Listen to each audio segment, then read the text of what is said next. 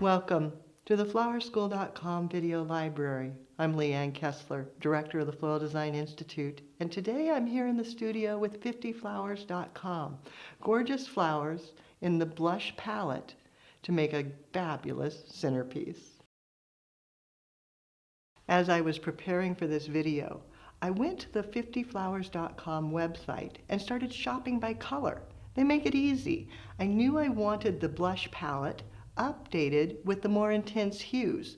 So I started by shopping peach, light pink, medium pink, coral, looking at the blush hues. And I found fabulous Lisianthus, so ruffled, garden roses and the Juliet, everybody loves those, and a stilby, which is going to be quite on trend this summer thanks to the royal wedding. Then I looked at the color bar and scooched over to the darker, more intense. The wine, the Merlot, Cabernet, Cranberry, Marsala, Burgundy, and that's where I found Astrantia, also on trend due to the royal wedding. Cymbidium orchids, absolutely stunning. James Story orchids, and then my favorite, the Burgundy Dahlia, definitely a popular one with brides today. Many people ask, how do you know the recipe? Where do you begin?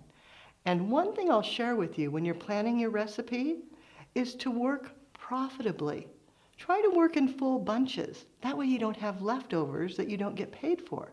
So a bunch of Juliet, a bunch of Astilbe, a bunch of Lisianthus, a bunch of Astrantia. But when you work in full bunches and you don't have leftovers, you set yourself up for maximum profitability. 50 Flowers also has many foliages, but this design is flower-centric. I didn't want a lot of foliage. But then I got to thinking, foliage does not have to be green. So I looked for the mahogany, the burgundy tea leaves. Aren't they fabulous? Now with these, they're a little big for a centerpiece. So by taking a single U-glue dash from the Oasis company, placing that on the tip, on the front side, pulling it back, and then curling it around, I get a wonderful looped leaf that's perfect for this design. The container from Accent Decor, on trend with the metallics, footed, also on trend, perfect for this centerpiece. Now all I need to do, go back, cut the leaves, and place them in, radiating out from a central binding point. And yes, I prepared ahead of time so you didn't have to watch me glue all the leaves, but spiraling outward.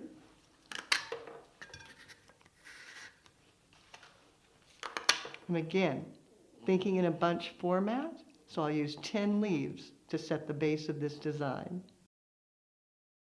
Continuing in the radial format, in the round form, looking at round flowers, because that all reinforces the Juliet, giving it a cut, and then placing some low so that they help to break the line of the container, making sure I cover my tape, hide all my mechanics.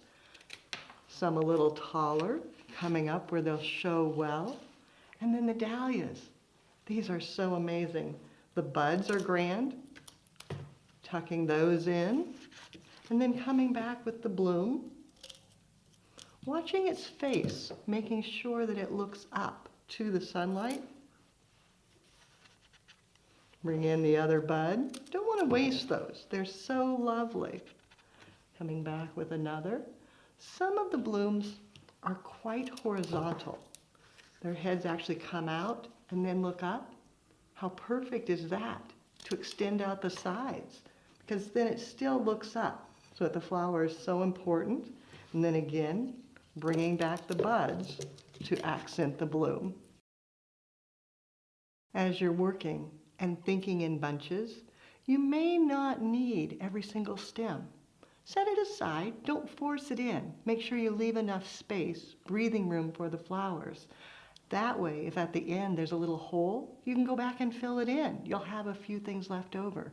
So I saved 3 of my dahlias and haven't included them. Now I'm going to go on to the Lisianthus, getting a little more delicate look with that brightened white variegated. They too have fabulous buds.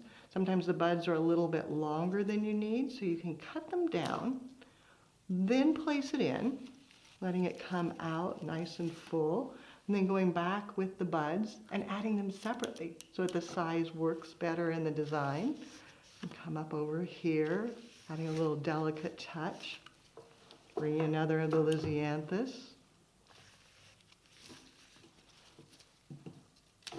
Making sure to bring some down low.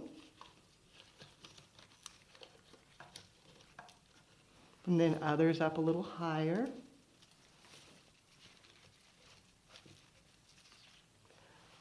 Then some of the spiky astilbe. Adds a whole new texture to the design.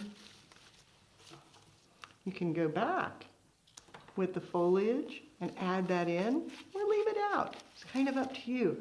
Figure I paid for it. I might want to use it, so I go ahead and set it in. Bring it out towards the front. Finding a spot to put it in so I don't crowd. And then up towards the top.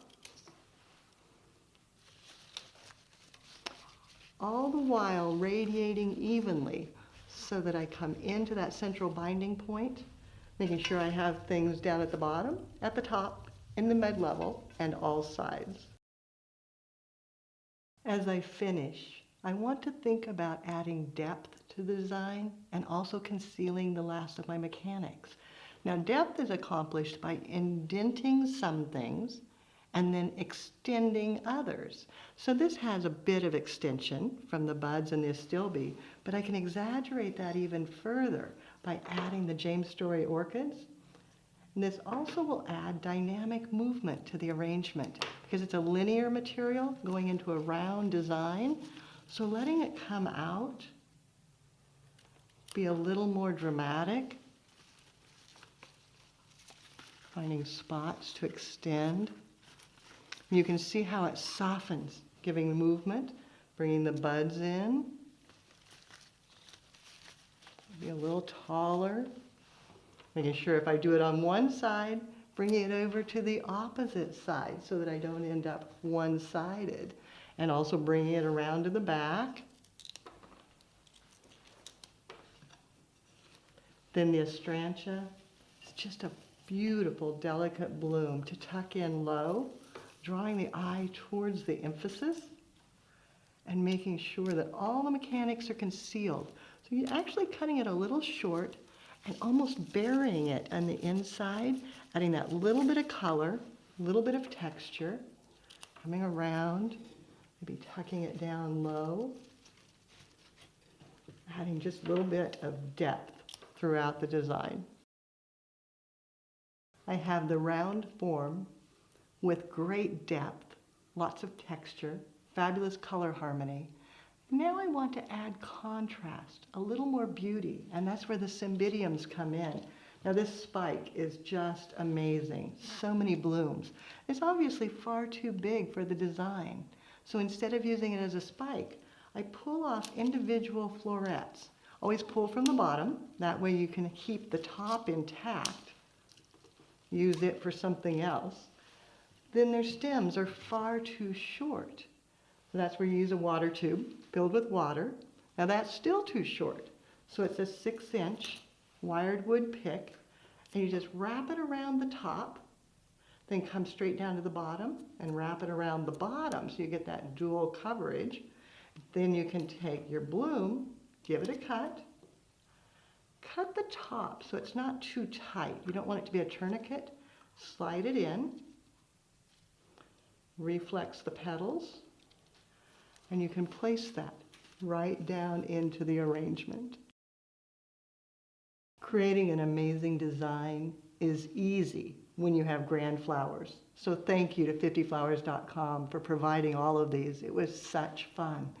Then focusing on the elements and principles, making sure the form, the space, the texture, the line, the color, all of the concepts are in there. Even if it's round, it can have all the concepts of your elements and principles.